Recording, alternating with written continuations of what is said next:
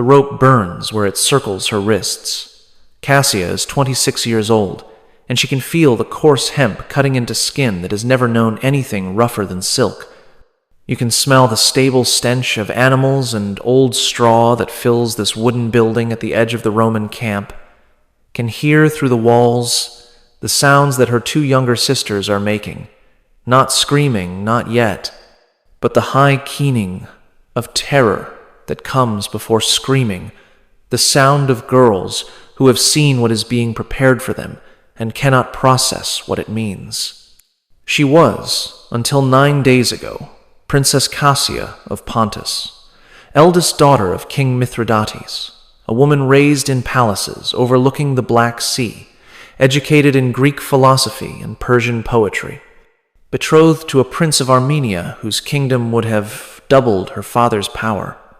She was the jewel of her father's court, the pride of his dynasty, the future queen of an empire that would have stretched from the Caucasus to the Euphrates. Now, she kneels in stable filth, her ceremonial robes torn and stained, her hair matted with dirt and dried blood from a wound on her scalp that no one has bothered to clean. Around her, Roman soldiers move with the casual efficiency of men performing routine work, checking ropes, adjusting equipment, leading animals into position. They do not look at her. She is not a person to them. She is a component in whatever apparatus they are constructing. Through a gap in the wooden slats, she can see into the adjacent stall. Her sister Laodice, 19 years old, is bound to a post in the center of the space, her arms pulled behind her and tied so that her body is forced into an arch. Her face streaked with tears she no longer has the strength to wipe away. Her sister Nysa, 18, barely more than a child, is in the stall beyond, similarly bound, her small frame trembling so violently that Cassia can see the vibrations from 30 feet away. And in each stall, she can see what the Romans have brought: the horses. Massive cavalry stallions, war-trained, selected for size and temperament, held by handlers who know exactly what these animals will do when released toward a bound and helpless woman. She has heard of this punishment. Every kingdom that bordered Rome had heard of it, whispered about it, used it as a warning to those who considered resistance. The Romans called it many things, depending on which commander ordered it and what purpose it served. Sometimes it was spectacle, performed before armies to demonstrate the consequences of defiance. Sometimes it was private, conducted in camps and prisons where only the soldiers witnessed what occurred. But always it involved the horses. Always it involved women bound in ways that left them exposed and defenseless. Always it ended the same way. Her sisters are to be subjected to this. Laodice and Nysa, who have done nothing except be born to a king who dared to challenge Roman expansion, who built a coalition that threatened Roman control of the eastern trade routes, who won 3 battles before the 4th destroyed him and delivered his family into the hands of General Lucius Cornelius Crassus. Crassus. She memorizes the name, adds it to the mental ledger she has been keeping since capture. The names of officers, the hierarchy of command, the patterns of authority that govern this camp. Information is the only weapon available to her, and she has been gathering it with the desperation of someone who knows that knowledge might be the only thing standing between her sisters and the fate being prepared for them. A man enters the stable. He is perhaps 50 years old, wearing the armor of a senior commander, his face bearing the weathered marks of decades of campaign. His eyes move over the scene with the practiced assessment of someone inspecting equipment rather than witnessing the preparation for atrocity. This is General Crassus.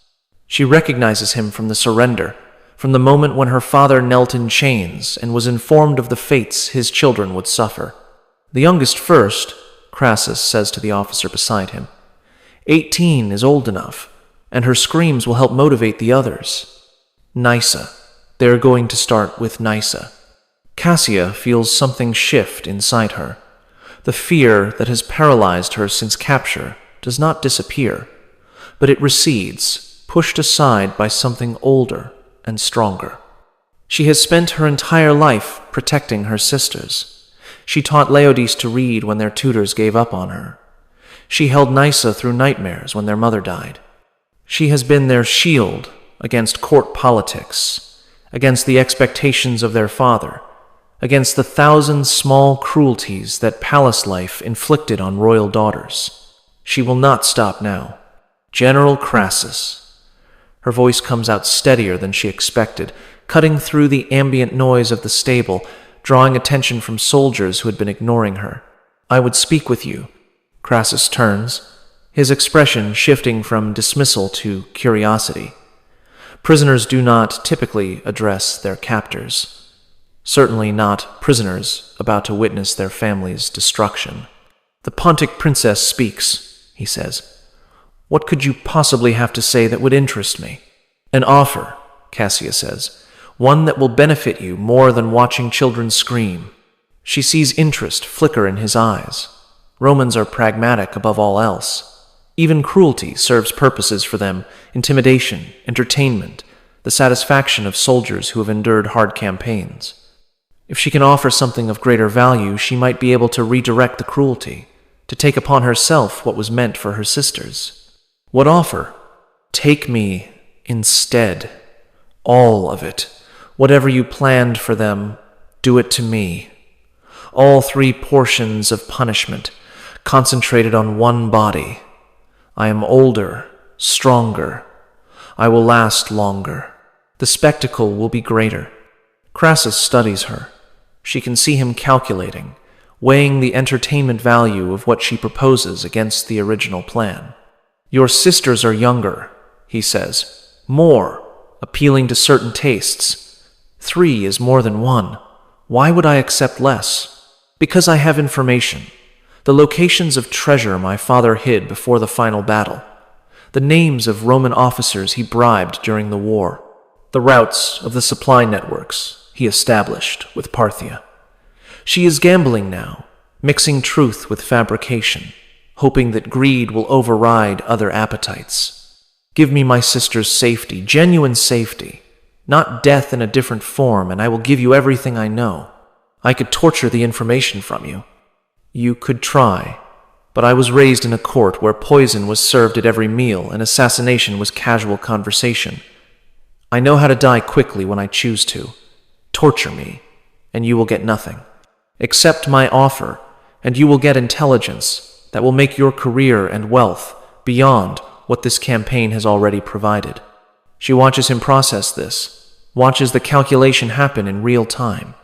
Romans are not sentimental, but they are ambitious, and ambition can be leveraged. The horse, he says slowly. You understand what you are offering to endure. I understand. It will not be quick. It will not be private. My officers have earned entertainment, and I will not deny them. I understand. And your sisters will watch. That is part of the arrangement. They will watch what you endure for them, and they will know what they have been spared. Cassia feels her stomach revolt at this addition, but she forces herself to nod. If they are truly spared, if they are given safety afterward, genuine safety, not slavery, not being sold, not being given to soldiers. What would you consider genuine safety?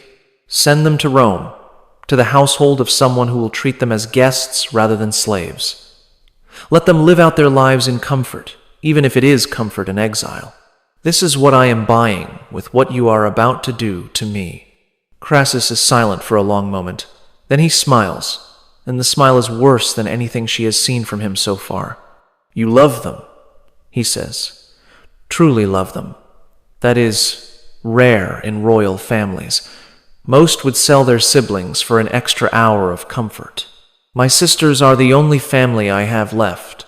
My brothers were killed in battle. My father will be executed after the triumph. My mother died years ago. Laodice and Nysa are everything. Then we have a bargain. He turns to the officer beside him. Release the younger 2 from their preparations. Bring them here to witness, and prepare the eldest for extended use. The words land with physical weight. Extended use. She knows what that means.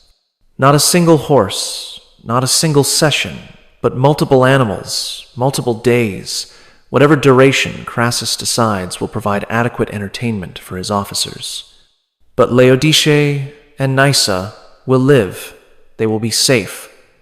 They will grow old in Rome while she endures whatever is coming. It is enough. It has to be enough. What you are about to learn has been deliberately obscured by 2,000 years of historical sanitization. The Romans who wrote the histories that survived were not interested in documenting what happened to the daughters of defeated kings. They mentioned triumphs and victories, recorded the names of conquered monarchs, noted the treasure that flowed into Roman coffers.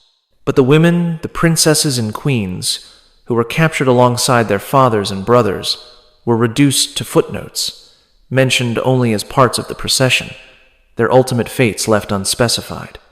Tonight you will learn what those unspecified fates actually were. You will learn about the punishment that Roman generals reserved for royal women who represented conquered dynasties, the methods designed not merely to destroy individuals, but to annihilate bloodlines, to demonstrate so completely Rome's dominance that no one would ever again think resistance was possible. You will learn about the role of animals in Roman punishment.